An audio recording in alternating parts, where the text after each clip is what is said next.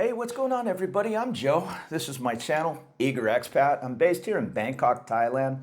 I don't proclaim to be any kind of an expert on anything, but I have lived here about 3 years. I've visited many times, and I'm going to go over just some basic mistakes folks might make.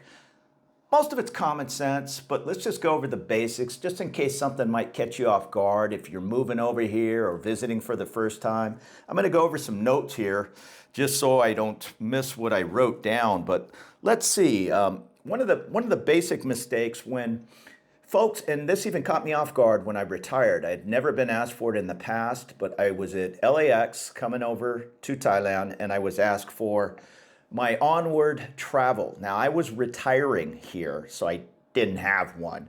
That was probably the only time I've never had proof of onward travel or you're getting out of Thailand in the 60-day visa exemption time. They don't care if you're planning on staying to retire and get a visa, or you're planning on doing a border bounce or get a 30-day extension.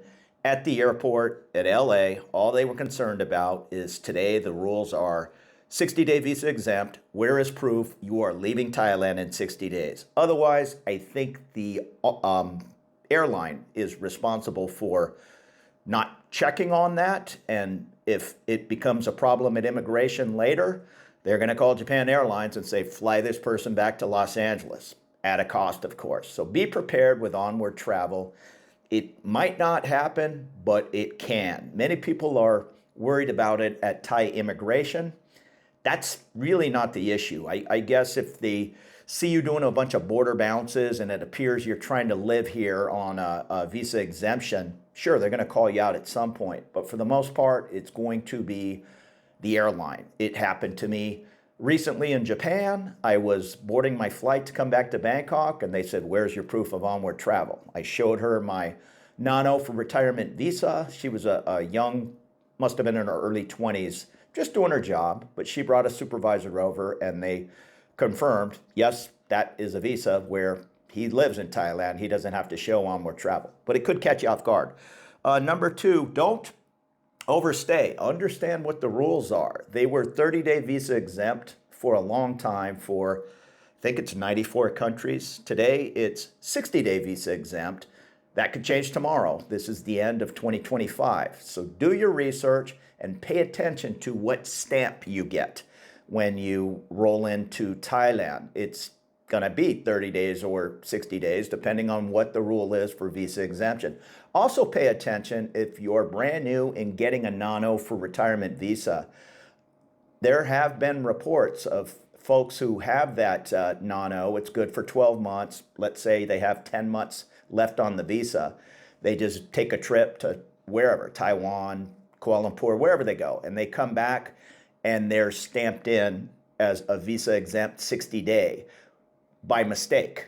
People get tired, people make mistakes. I always open my passport to the page of my retirement visa, just give a polite, swadikap, and say, hey, I have a Nano for retirement. They'll look at it real quick, then they'll shuffle back to your face page, and then they'll go from there. But everybody's on the same page that I have that Nano for retirement. If they accidentally stamp me in for the 60 days, that's going to be my problem to go back or go to immigration and try to get that fixed. Whatever you're stamped in for, that's the date. So pay attention to that when you arrive in the country.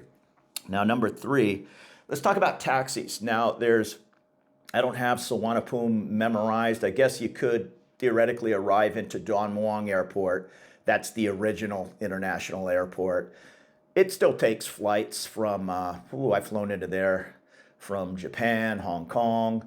Yeah, so there's a good chance you could fly into Don Muang. Either case, well, let's talk about Suvarnabhumi. That's the major airport where most of the big 777s and all, the A321s and 737s, they're more into Don Muang these days.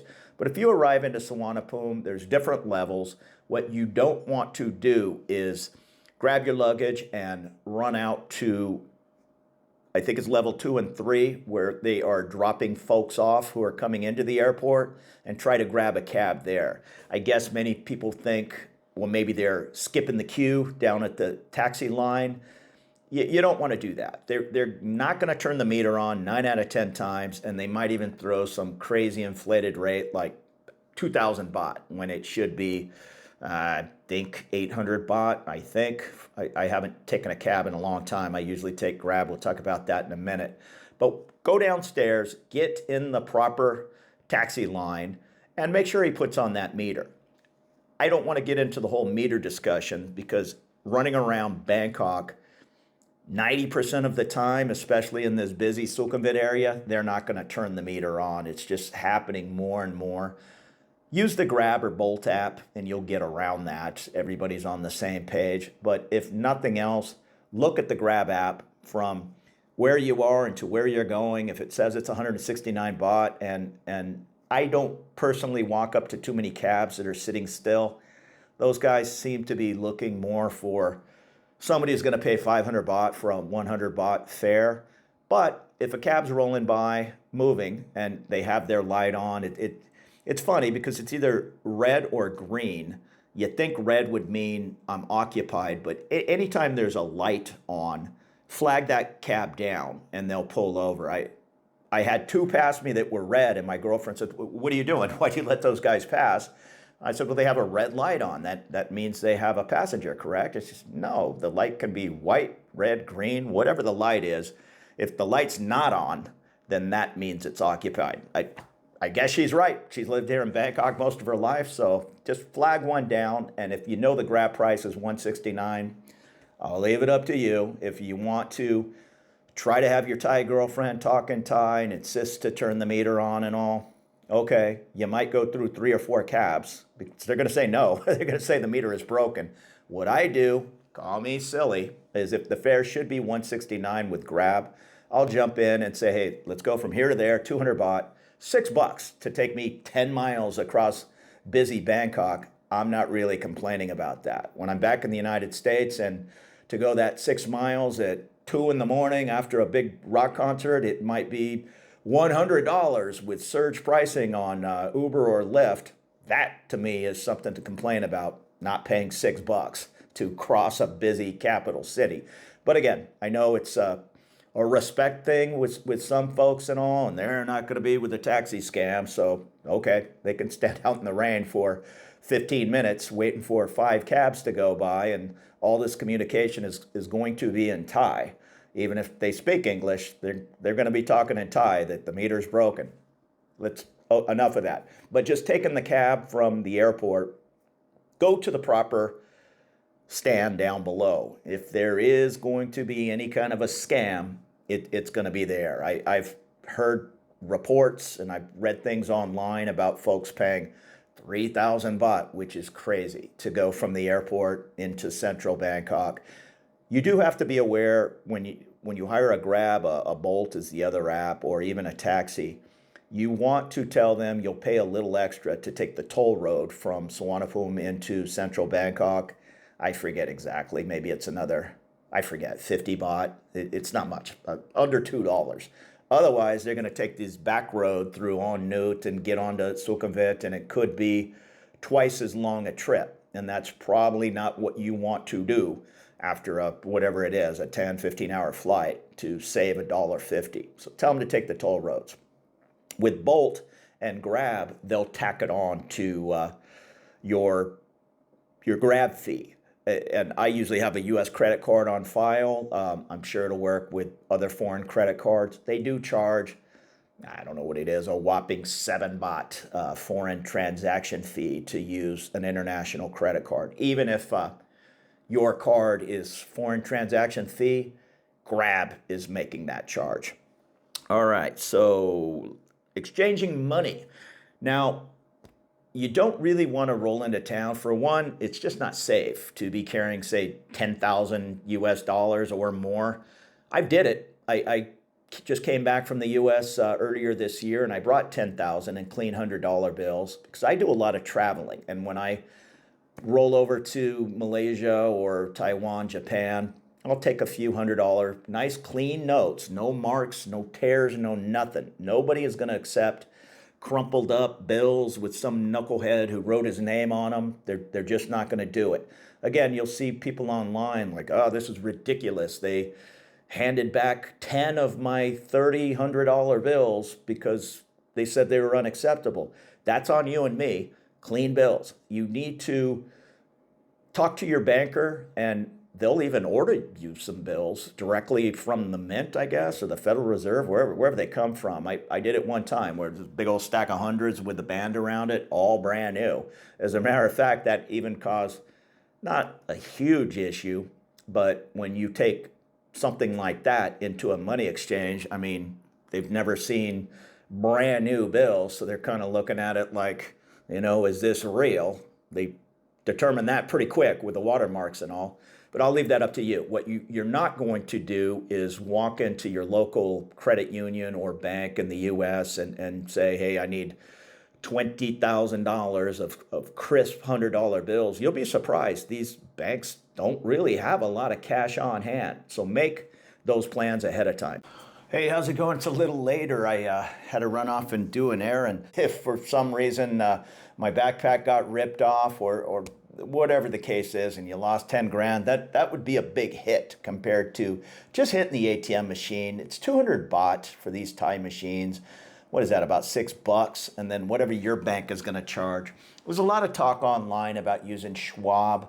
Schwab's fine, good company. Fidelity has another card that they reimburse some of the ATM fees. Schwab is the best. They reimburse, well, they don't charge a fee, and they reimburse any fee you incur with a foreign bank. Again, they're starting to shut people down. Reports I've read online in Nicaragua and Panama, I think they're going after those folks. They're basically just putting their Social Security check in their Schwab checking account and then withdrawing $1,800, whatever it is, every month, and that is going to be what, 4 or 5 ATM transactions. Let's assume they don't have any cash in the bank or a minimum amount, 10 grand, something.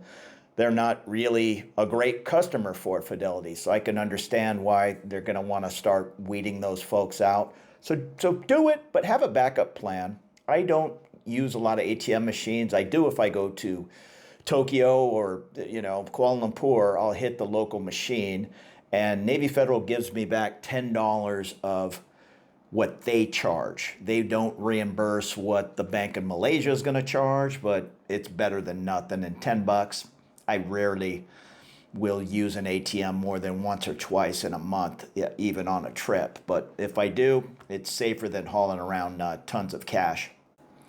Now, as far as SIM cards for the phone, I use T-Mobile. They are really good. I've had them forever. They have a $55 Magenta plan. You want to get the military plan. It's for if you've ever served in the military, if you're a first responder, a nurse. They have pretty loose definitions on their military plan. As a matter of fact, I said, yeah, I was in the military in the 80s. What do you need, a DD-214 or something? And he goes, nah. And every year they send me a message saying, hey, it's time to re-up whether you're eligible for the military plan. And you just check military. There's no sending in your DD-214. I'm not telling you to lie, but the deal with using a military plan is a U.S. cell phone, I assume an Australian one from England, I don't know, is supposed to hit U.S. cell tower once a year. If not, they threaten to shut it off. Not so with the military plan. So for me, spending that $55, it's good peace of mind. Plus, I still have a lot of dealings with different phone numbers in the U.S., which are going to send you that 4-digit code. And to the best of my knowledge, they're not going to send it to a Thai phone number. So you can fool around with Google Voice and all these different things. Other people have told me they're going to switch to, I forget what it is, it's like some $12 a month basic plan. Again, that's all good and fine until they see you haven't hit that U.S. cell tower. So I don't like spending $55. But it's also easy. I just leave the phone hooked to my Wi-Fi here in the condo. And all my older relatives especially, they know, just shoot me a text and I'll call them back for free on Wi-Fi. No line, no WhatsApp. I'm just calling them back on their home phone, on their cell phone, whatever, and it's free for all of us. So that's one of the better 55 bucks, I'm spending each month. I think I'm making my life a lot easier. But again, you can fool around with some of these cheaper options that may only last for a year. But as far as blowing into town and getting that eSIM card, I'm no expert on this, but I think they're more expensive at the airport when you're getting a travel SIM, like a 7-day, 14-day, or 30-day. All these newer phones, they'll accept either one or two physical SIM cards into the phone, but they'll accept a bunch of eSIMs, and they know how to do it at AIS or True there at the airport. I think True and DTAC merged together. But basically, just hand me your phone, and they'll put in an eSIM, and they'll show you how to toggle back and forth from, in my case, your US phone, then you switch over to the Thai phone. Again, I'm old school. I just run two phones. I have my Thai phone, and my US phone is just like a little computer. You'll have to figure out how you want to do that. If you're moving here or you're staying for an extended period of time, I wouldn't get too carried away with the whatever it is, 1,400 baht a month at the airport for 30 days. I think I pay, it's either 199 or 299. I don't even know, because I just give them a couple thousand baht and tell me when that runs out. For 30 gigs of internet, very little phone calls. I think it's 40 minutes and 100 texts. But everything here is done through Line. It just is. You're going to have to get used to that app. Nobody is going to give you their phone number. They're going to give you their line, including businesses, realtors, where I go to hospital, Bumrungrad, they all call through Line. So don't lock yourself into even a 30-day. Just get it going. If you don't have, say, T-Mobile, the good thing about T-Mobile is, I don't know how many countries, a couple hundred. I think Vietnam is the only one recently where it didn't work. I think Vietnam. It's basically, hey, welcome to Thailand, free 3G internet, 20 cents a minute phone calls, free text, I believe. So it's good to get you going. You could even put the Grab app for cars on there. Again, just get you out of there from the airport, and then get to expat-friendly AIS stores, say at Terminal 21. They all speak English, at the M Sphere, anywhere, and get on one of those 200 or 300 baht a month plans. You're probably not going to go over 30 gigs. I don't know if you're sitting there on Spotify or YouTube 20 hours a day, maybe you will. The other thing most of us do here is kind of that old school way we did in the US, where everywhere you go, you're like on their Wi-Fi. Still do that here. So when I walk into O'Shea's Pub, I'm on their Wi-Fi, or when I walk home, I'm on my Wi-Fi. So I'm not even really using my 30 gigs. There's just, I think the next cheapest option is like 10 gigs, and it only saves like 100 baht a month. So it's not worth it to me. But I'm certainly not going to be on a travel package and paying 30 days at a time at those prices. Just get on the prepaid, and it's still every 30 days. But like I say, mine is 300 baht. It's certainly not 1,300 baht. Now also, when you hit that ATM machine or you exchange money, whatever you're doing, you're going to want to get some small bills. They're going to give you 1,000 baht notes. I think that's roughly 27 US dollars. Not a lot of money, but even a cab ride, if it's 100 baht, just a short ride around town, or it can be less, it can be 60 baht. They're not going to change, or they're not going to want to change a 100 baht bill. 7-Eleven is the exception. You can walk in and buy a pack of gum and give them 1,000 baht, and they don't care. They have that little 7-Eleven machine that spits out all kinds of change, and that is exactly where I break my large bills. You don't want to hand the street vendor, fruit person, 1,000 baht note. 9 out of 10 times, we're going to be doing the QR code with our Thai phone, and it's great. You just scan it, and it comes right out of your bank account.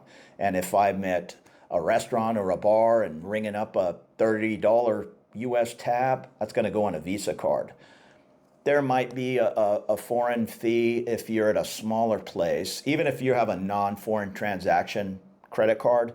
Some of the smaller places in town will still charge you what Visa or MasterCard charges the merchant. And I think that's 2.5%. So they'll usually pass on a 3% fee to you.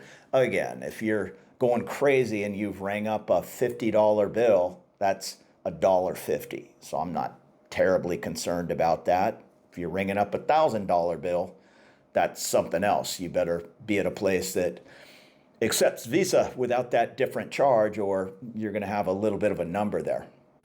Now, one thing to consider, a lot of people are coming over and doing a little partying. I did plenty of partying in my life. If you're hanging out at Nana Plaza or Soy Cowboy, you have to be aware of a couple of things. First off, if you go in there with a bunch of buddies or just even another friend, it's just standard operating. I get my bin, you get your bin. It's just a little cup, and they're going to change the different people or different places do it different ways, but basically they're going to change the receipt every time you order a drink.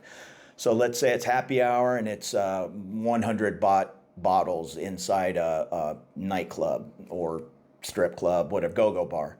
And it's probably more than that. I don't know. That's not cheap drinking. There's no entrance fee to get in, but they kind of are expecting you to drink and pay a little extra for the entertainment. I've said it many times, it's not a public library, so you don't go in there with a bottle of water you brought in and just sit there staring at the girls, for 3 hours. They're going to want to sell you some ladies' drinks. That's the price of doing business. There's not a lot of sitting on the stage and making it rain with dollar bills. It's all about buy me a ladies' drink. So if you're kicking back and you spot somebody on stage and you want to bring her over to the table, well, you talk to Mama San or one of the other employees, and different places do it different ways. Sometimes they'll bring her off immediately. Other times, I don't know what they do. It's almost like there's 3 groups, the A, B, and C team, and A goes up and they dance for whatever it is, 10 or 15 minutes, then B comes up. So sometimes they're all wearing little number tags. So you'll say, number 23, bring her over here. I want to buy her a drink. And she'll go ask. And sometimes they'll say no. It's almost, I've never seen it, but it can happen. I don't even know if I should have brought that up because it happens kind of rare. But you might say, I'll bring up number 77. And then Mama San will go up there and go, oh, that guy wants to buy you a drink. And they'll throw up the international, no thank you, which probably means they are already sitting with a guy and they maybe even know this customer and they're going to make a lot of money leaving the bar with them. So don't be offended. There's 50 people that work in each of those places. So I have seen it with a buddy, and it was just that case. When she stopped dancing, she went straight back over to that guy, and he had a bottle of vodka and a bottle of whiskey and a bit of a high roller, not so much, like, well, how much are ladies' drinks? 260 baht? Okay, get her one. But you have to be careful with how they bill the ladies' drinks. I've seen instances where if she ordered a Thai whiskey and Coke, and let's say a lady's drink is 250 baht, they'll charge 250 for the whiskey and 250 for the Coke. So 500 baht, or what is that, 15 US dollars for a lady's drink. That's a little crazy, but just check your bin. Each time they bring those receipts over, it's not unpolite. Just look at it just to make sure there's not a problem, or to make sure after you bought that first $15 drink, you don't buy too many of those. What you're not going to want to do is get upset at the end of the night when you're looking at your 7,000 baht bill because you bought 19 500 baht drinks and you were unaware. It's not a scam. I don't really agree with charging 2 ladies' drinks for a rum and Coke. It's a mixer. But then again, if you were to just buy her a Coke, it's still going to be 250 baht. So that's kind of the rules of the bar. I know a lot of people get upset too, and they think maybe it's a scam. Oh, I tasted her drink and there was no alcohol in there. Can you believe they're charging me 250 baht?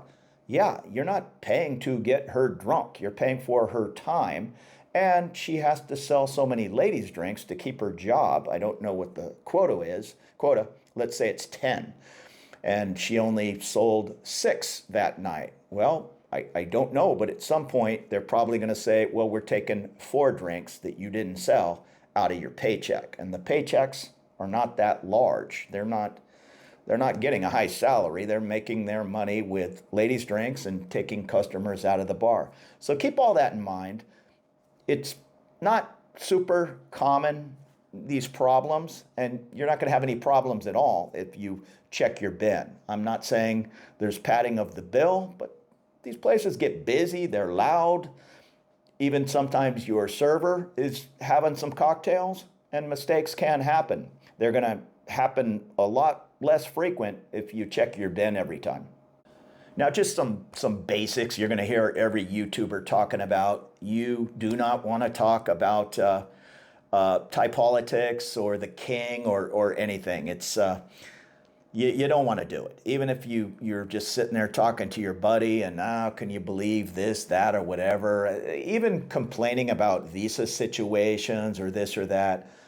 Keep it to yourself or keep it in very small context. I wouldn't do it in a bar. If there's anybody sitting around, Thai folks that are listening to the conversation and all, if nothing else, it could be very insulting to them. They don't take kindly to foreigners talking bad about Thai government, certainly not about the monarchy or anything like that. Or if you want to be bad-mouthing Buddha days or this.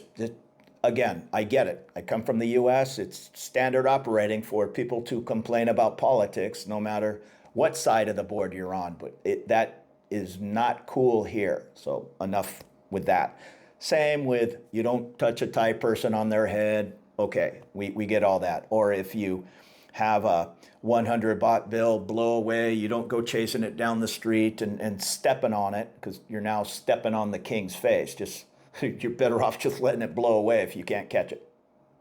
Now me, I come from San Diego, and flip-flops is just my everyday wear. You have to be a little careful. Flip-flops, sandals, whatever you want to call them, walking around the streets of Bangkok. I still do it. I also busted a toe, and I'm pretty darn careful walking around, but sometimes I'm walking around and I'm filming, and they lay these tiles as sidewalk, and tree roots or just different shifting will goof them up, and it's just real common to be walking and catch that inch, 2 inch right on your toe and bust it.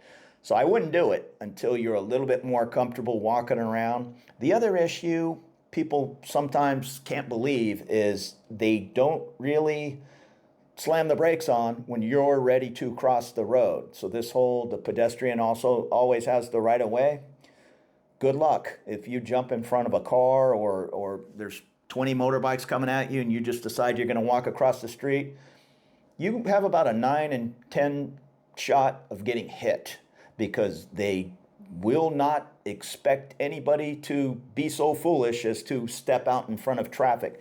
You just kind of want to wait until traffic comes to a jam, and then you kind of weave between the cars. Even then, be careful, because these motorbikes are going 10 or 15 miles an hour in between 2 cars stuck in traffic. So just be very careful. Use the trains. There's walk bridges to get up and over many streets. Use them. Even if you have to walk a block and a half out of the way, it's just the safest way. For whatever reason, one of the more dangerous intersections, and there is the Nana BTS to get up and over, but from Sukhumvit Soi 8 to get across to Soi 11, I just see people running across that intersection every single time, and it's just a mishmash of cars going everywhere and motorbikes.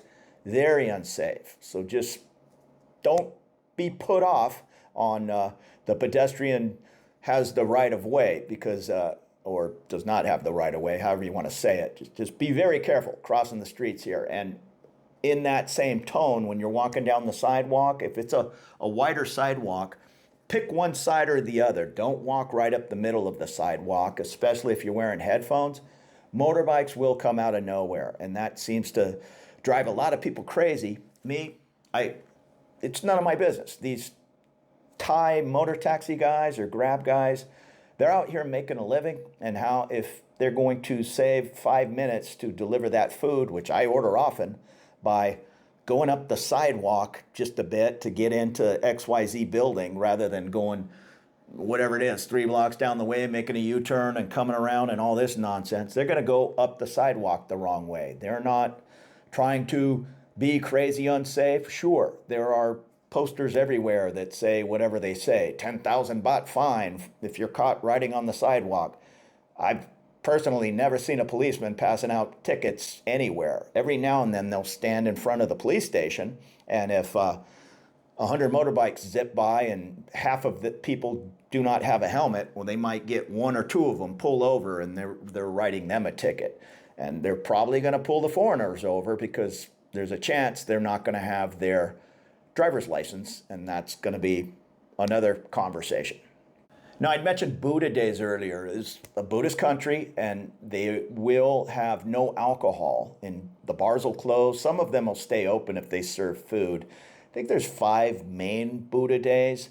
There's 2 in July. Again, I don't think you base your life around whether the bar's open or not, but if you're coming to Thailand for 5 or 6 days, and it's an expensive vacation from many parts of the world, you don't really want to be here when 2 out of those 5 days, everything's shut up and closed for whatever it is, the end of Buddhist Lent. So do your Google. It changes every year depending on the full moon in July, or I don't know what. I just know there's 2 next to each other. One's Tuesday, one's Wednesday, that type of thing in July. The others are spread out throughout the year, but just do a quick Google search on Buddha days in whatever year you're planning on coming over. The other issue with alcohol is selling it at 7-Eleven or the Big C.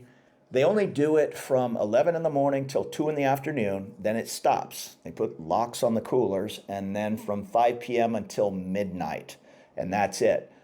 They don't sell on Buddha days. I'm not going to get into the little mom and pop stores around town. Let's just say they don't have calendars and they don't have clocks. It's a little easier to do purchasing there, but for the most part, your rules in your bigger places, no Buddha days and no 2 to 5 p.m. or after midnight. There seems to be a lot of holidays in Thailand, bank holidays, which is good. My girlfriend works for a bank, and we take a lot of small trips based on those 3 and 4 day weekends, toss in a day of vacation, and you have a nice little 5-dayer there. I think there's 21.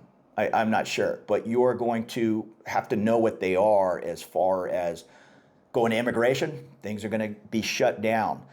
As far as banking, if you pick a home branch, and it's easier said than done. Oh, I'm going to pick this bank at this branch. Oftentimes you're going to have to go into 3 or 4 branches and they'll let you know whether you can have an account or not. But try to get your home branch at a mall. Let's say at Capricorn Bank at the M-Sphere Mall. Oftentimes, and M-Sphere might be a bad example because it's in an office complex, but let's say the M-Quartier Mall, I know those branches stay open late into the evening, either 6 or 7 p.m., and I believe they're 7 days a week. Now, my home branch is in the Asok Exchange Tower, and it's not even open on the weekends, and I think it closes 4:30 p.m. or 5. The home branch is not that big a deal. You are going to get a paper savings book, and that is where you go to do big things like changing your address. You have to bring your visa in every now and then, show them the visa, show them your change of address with the lease, that kind of thing. I don't know if you can do that at another branch. I'm not positive. From what I'm told, if you lose your bank book, you have to go back to the home branch to get a new paper bank book, and you need that for immigration. If you happen to be living 500 miles away, it's your problem. You need to come down to Bangkok to that home branch. So it may make your life easier if it's one of these locations that's open 7 days a week and into the evening. Now, as far as coming into town, don't try to reinvent the wheel. I know you'll hear a lot of folks online talking about the tourist bubble and you're staying on Sukhumvit with all the other expats. I don't want to see another expat when I come to Thailand. That's all good and fine. But for your first visit or just getting your feet wet, come on here to the Sukhumvit area. The trains are right here. It's all simple. Everybody is going to be able to speak English and help you with your phone and your banking and on and on. You just get 10 miles outside of central Bangkok and you could go into a bank and nobody's going to speak English. So that is kind of on you. Set it up where it's nice and easy, and then expand out to any area of Bangkok or Thailand that you'd like. And hopefully by then you've learned a little Thai, or you're going to learn a little bit more patience, because there is just going to be way less English spoke than right here in central Bangkok. And many people will consider central Bangkok to be like the Terminal 21 Mall right at the Asok BTS. You have the Sukhumvit MRT subway and the Asok BTS above ground train junction. So anywhere around there. I live one stop away in Phrom Phong. Sukhumvit Soi 24 is a very good choice. So look up the Hyatt Place on 24. Anywhere around that area, going down to Asok, going up to Phrom Phong, or it's a very easy place to visit and ease yourself in. So the Hyatt Place, Sukhumvit Soi 24. I'm not saying you have to stay there. It's a great hotel. I actually do affiliate links for different travel credit cards. If you go to the top of my channel, there's a drop down for links. And if you happen to use one of those links, if you're in the US, to get, say, a Hyatt credit card, full disclosure, I get 10,000 points. But I'm showing you or sharing with you the same public offer that you could get anywhere. Double check that my offer is the same. And if you happen to use my link, I'd really appreciate it. I get those extra points when you successfully get the card, but only if the card is right for you. And the reason I bring that up is that Hyatt Place is a really nice hotel, but it's the lowest category. It's category 1. I thought it should have been a category 3, being in perfect area of Bangkok, but category 1, I think for 4,000 or 5,000 points, you can stay there. That includes everything, taxes, everything. Just, it is what it is. So if you get the credit card with 60,000 points, do the math. You're going to stay there, nice long stay for free. The Holiday Inn Express on Sukhumvit Soi 11, that's another kind of fun area, but that's going to be noisier.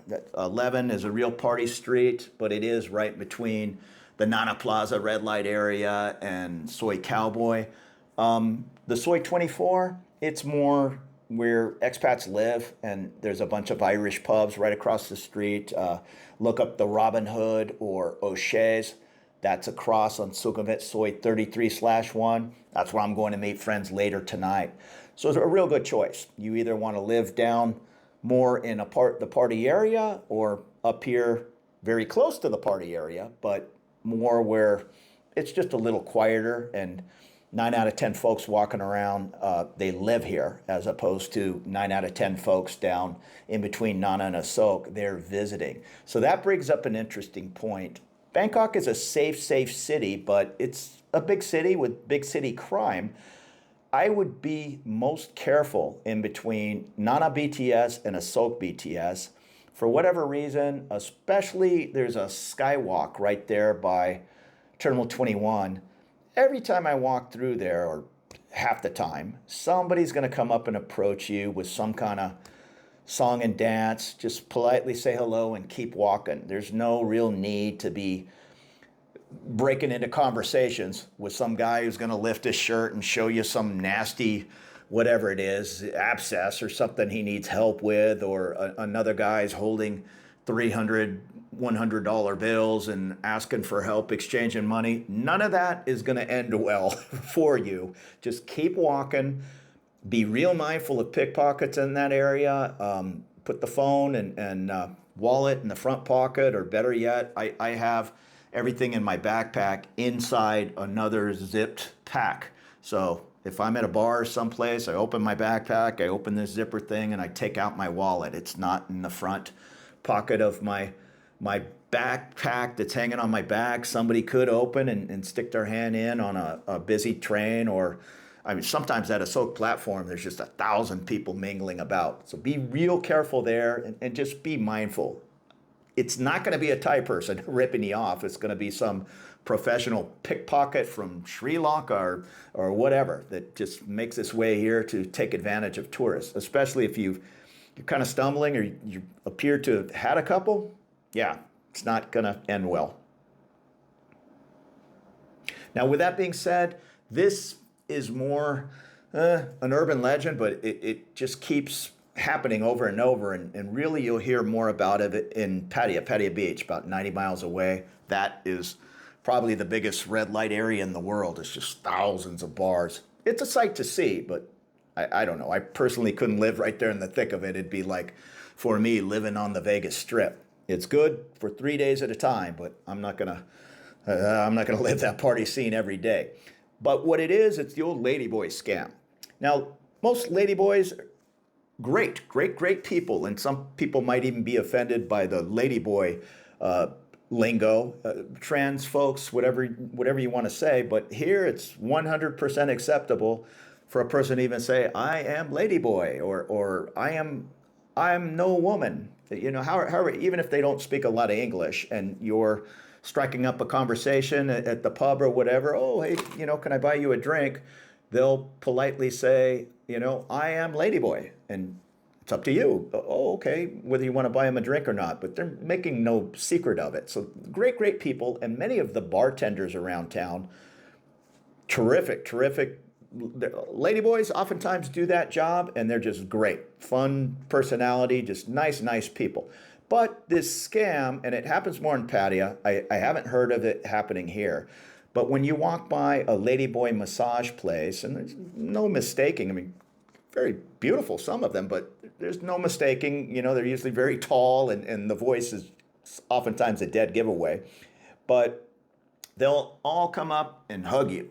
Like 3 of them, are hugging, and one of them is taking the wallet out of your back pocket or the cell phone. Again, I didn't even know if I should bring that up. I'm just saying there are a ton of places right there by the Nana BTS where they're all hanging out. And yeah, I'll even be walking by and I kind of switch over to the other side of the road because it's very common for them to try to hug you and bring you into the ladyboy bar or the ladyboy massage. And again, I don't think these are all professional pickpockets. I'm just saying be aware, especially there's a street in Pattaya, Soi 6/1. Soi 6 is probably one of the craziest streets in town. 6/1, the alley right next door, it's all ladyboy bars.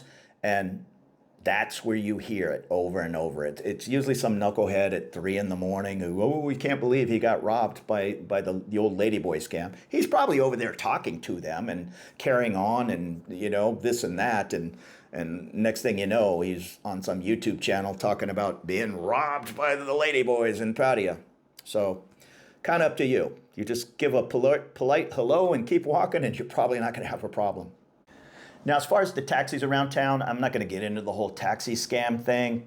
It's getting more and more prevalent, the non-turning on of the meters, especially in the Sukhumvit area, especially if you're a foreigner. But even my girlfriend, she's Thai, she kind of held off for quite a while because she's from Lat Phrao and would just hang out down here, whatever it was, 2-3 times a month with her girlfriends.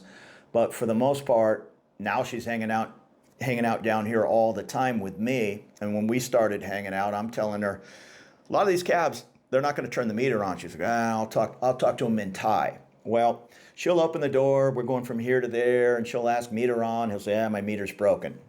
She'll slam the door. She'll go through 3 or 4 cabs before one will finally turn the meter on. She's now kind of got to the point where she does what I do, which is I know the ride is, call it 90 baht in a cab. So we'll just open the cab and just, even if the meter is on, because you can see it, I think it starts at 35 baht just to jump in the car, a little over $1. And then it slowly goes up. It goes from 35 to 45 in like a mile or something. It takes a while. But I'll just open it, even if the meter is on, and it's not oftentimes on, or there's a towel over it.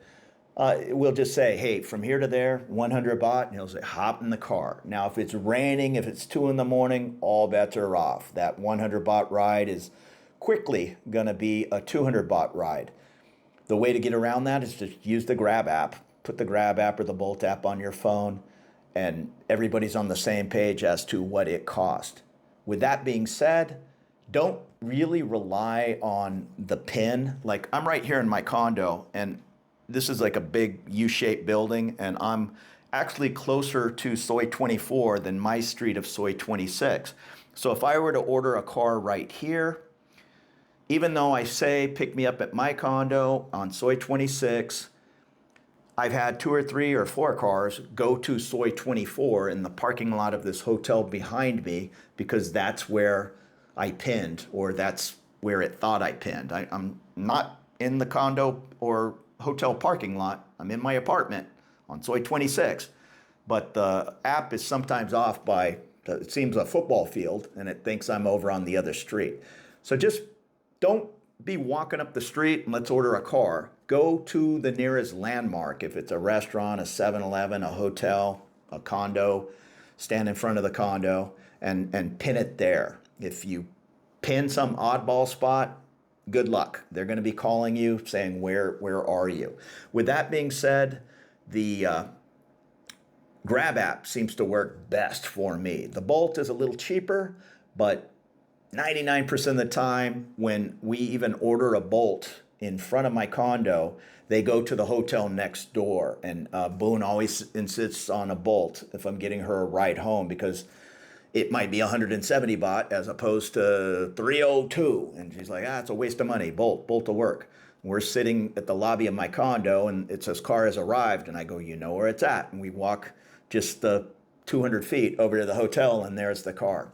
So it is what it is. Just be prepared for that. And I think I got into it earlier about the not wanting to overstay, understanding the rules, on and on.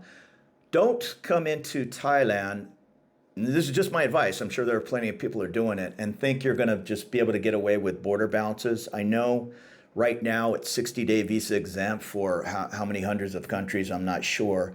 That could easily turn back into 30. When I arrived a little over 3 years ago, it was 30. It went to 45. It went back to 30. Then it went to 60. So who knows how long it's going to stay at 60 days.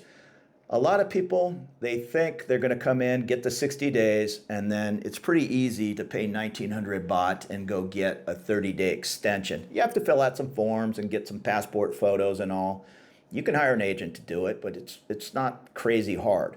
So a lot of people think, well, I'm going to do just that. That's 90 days. Then I'm going to go to Cambodia for 2 days, come back, rinse and repeat.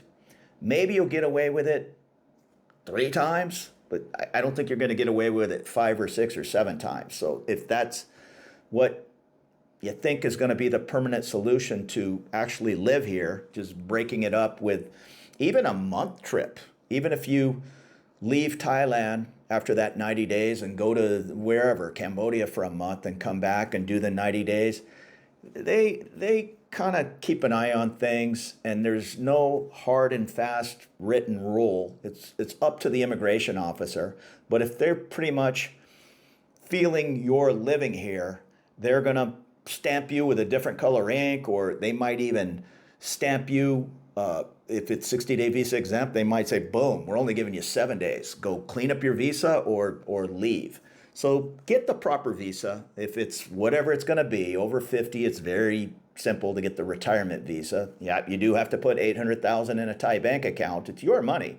So if you want to leave Thailand, you take that money with you. But theoretically, I never plan to leave. So I guess I've paid whatever that is, 25,000, 26,000, depends on the baht. The baht changes. Right now it's 32 and change. When I put that money in there, it was almost 37 to 1 US dollar. So I think it was only 23,000 US dollars. And a person today, it's closer to 26.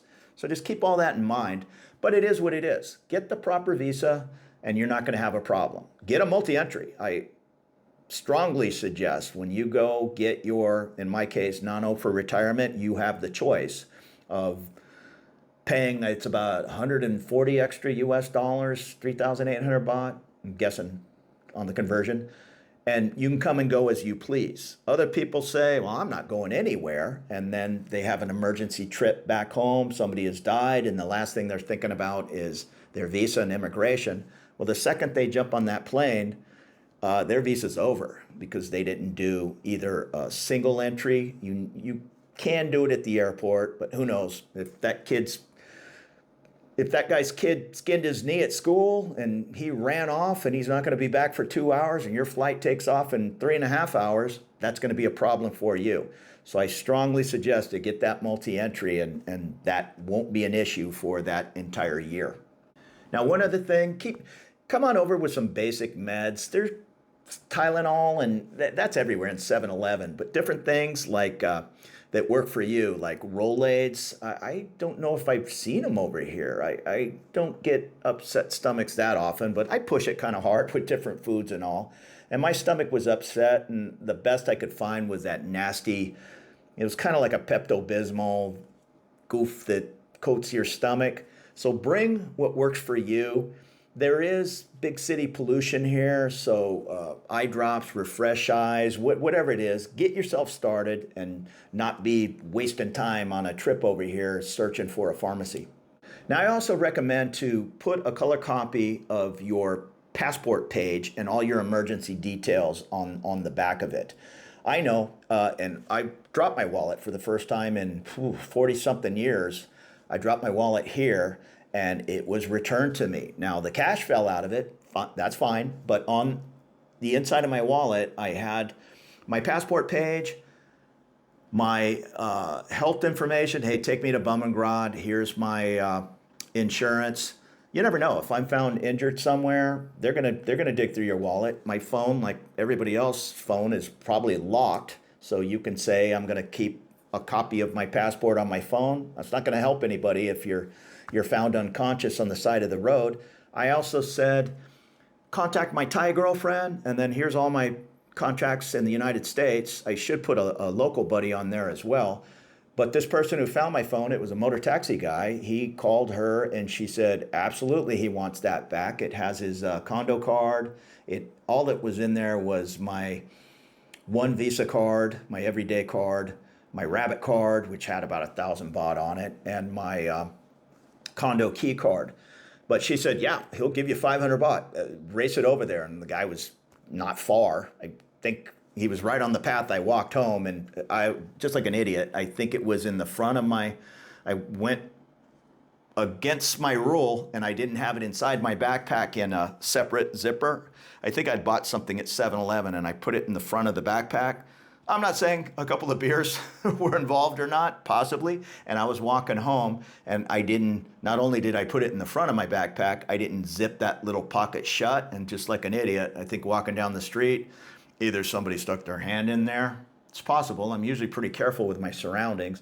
More than likely, I'm just bouncing around, and it fell out. And somebody relieved me of the cash, and I don't know, maybe gave it to the motorbike stand and said, hey, you guys might get a reward if you return this, and that's exactly what happened. So I'm going to leave that up to you. I'm not so worried about identity theft. My identity's been stolen many times. Every time I open my laptop, Home Depot or Ticketmaster has let me know that 50 million people's information was stolen. So we're sorry about that. If you'd like a free credit report, here you go. So I'm pretty sure my information, most of our information is everywhere out there on the web anyhow, and I'm going to take the chance of keeping that passport copy in my wallet just in case. Plus, when you go to change your cell phone plan or get internet, even exchanging money, they're going to want your passport, and these smaller places, they're fine with that color copy.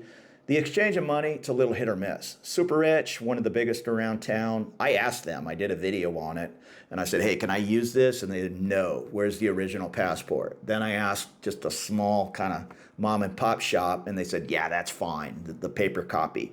You're not going to get quite the same rate at the mom and pop as maybe the larger, more corporate Super Rich.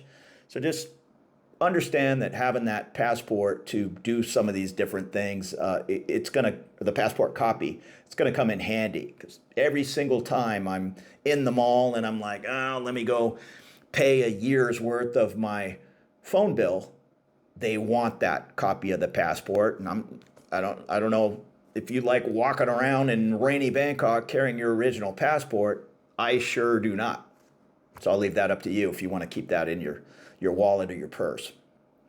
Now, if you are moving over and you're going to get a lease or an apartment, you want to pay attention. Well, of course, the lease is one thing. There's also a little bit of room for negotiation. You can't get crazy. They don't really come back with, how do I put it, counter offers. So if you're looking at a place for 30,000 baht, you don't really say, well, how about 20,000 baht, in the hopes they might say, no, how about 25? They'll just say no to 20,000, and that's kind of the end of the conversation. That's what I encountered one time, and a couple of my friends have said the same thing happened to them. So come back with something reasonable. If it's 30,000, 26 is not unreasonable, and they'll probably say yes on that. So don't be afraid for a little bit of negotiation. Where you have to watch out, like this is an individually owned condo. I have a landlady. I think she owns a couple in here, but it's individually an apartment. You have to be careful on what you're paying for electricity. There's the government rate, which is about 4 baht a unit, and these different apartments can charge as high as 8 baht. So that's double. And if you're using an air conditioner, I could call it 50% of the time you're home, probably more, to get used to this heat. I've now am at the point where I rarely have the air conditioner on. I have the windows open and the fans going, and it's probably 80 degrees in here, but it feels cool. So again, I'll leave that up to you. But if you're using your air conditioner all the time, government rate, 100 bucks, 150 a month. If it's 8 baht, there you go, double that rate. So again, these are just some of the things I'm spitballing off the top of my head. If there's other things I may have missed, maybe put them down in the comments. Again, these are just my opinions, so you don't have to correct me that I'm wrong about checking your bill every time a drink comes or whatever. These are just my suggestions. You do what you want to do. If you don't ever want to check your bill and look at it and get mad at the end of the night, you do you. The one thing I will say is this is my little hobby and it's fun, but many folks have asked me about starting up YouTube channels and all, and there's no shortage of Thailand YouTubers. I get it. I used to do videos. I first started this channel when I lived in San Diego, and I started it. It was always called Eager Expat. I figured it would be, well, I'm still in San Diego for 2 years. I'll go for a couple of visits, but let's make the channel about how to move over to Thailand and preparing to retire, in my case, California, and move to Thailand. And it all kind of turned into, well, I'm here in San Diego, so let me take you into Mexico. And I was really one of the only guys from San Diego hanging out around Tijuana, Ensenada. And then I drove 1,000 miles all the way to Cabo and just showed everything in between. I've lived my whole life down in the Baja, and I thought I was going to retire there until I went visiting so many countries, and I always just kept coming back to Thailand. I love it here, and no regrets, but I still love the Baja. What I'm getting at is there was just really nobody making those videos, and I was getting tons and tons of views. And now you come over to Bangkok and you're just competing with thousands of YouTubers. The one thing is, absolutely, come on over, start a channel. You'll make a little bit of beer money, but even that's going to take a while. Just try to be respectful, and these are just my opinions, but you don't want to be walking down Soy Cowboy or Nana Plaza just holding your phone out. Yeah, it's going to get a lot of clicks, like, oh, look at these bikini ladies and all this and that. For one, they're all like covering their face. They don't want to be on your YouTube channel or mine. Plus, some of the customers in the background, sitting there hanging out with the ladies, they don't want to be on your channel either. I don't get into people's personal business, but not everybody wants to be on the internet that's sitting in a red light area of Bangkok, Thailand. So keep that in mind. There's no, I don't know. Leave the thinking of if you're out in public, you're fair game and all this and that. Maybe, maybe not. But you might also upset somebody who's had a half dozen drinks and they're not taking kindly to you sticking a camera, towards them. So I just wouldn't do it. With that being said, every time I'm hanging out in Cowboy, and usually we're hanging out on the patio, just watching the watching the train wreck walk by, it's like sitting on the Vegas Strip. It's a sight to be seen. Even if you're not into the red light scene, go down there, hang out, and just sit outside on the patio. It's behind closed doors where things get a little crazier, but out on the patio, it's just no big deal. But I think they're Korean folks. Man, they'll come through with these two big ring light floodlights and two cameras and two GoPros and a monitoring iPad. And I think they're live streaming. They got boom mics and everything. And it's like a Hollywood TV production walking down Soy Cowboy. And I've seen some of those guys, they're walking down the street and they're usually with their whatever, their sound man or their helper. They need to be with a security guard because every time that fiasco comes down the street, some guy is not having it, and he goes over there and puts his hand on the guy's shoulder and all this and that, and the guy just continues on down the way. So I don't know if they think it's funny. I don't know what the deal is, but just be respectful and you'll be fine. Like probably 99.9% of people are. But yeah, come on over, start a channel. It's a great hobby. With that being said, I appreciate you watching my small little channel. If there's anything you found valuable about these different walks and talks around Bangkok, consider subscribing. That's what I'm doing. I'm just out and about having a good time and bringing the camera along. So you take it easy. Have a great evening. Again, thanks for watching, and hopefully we'll see you really soon. If you see me around town, say hello. All right, take it easy.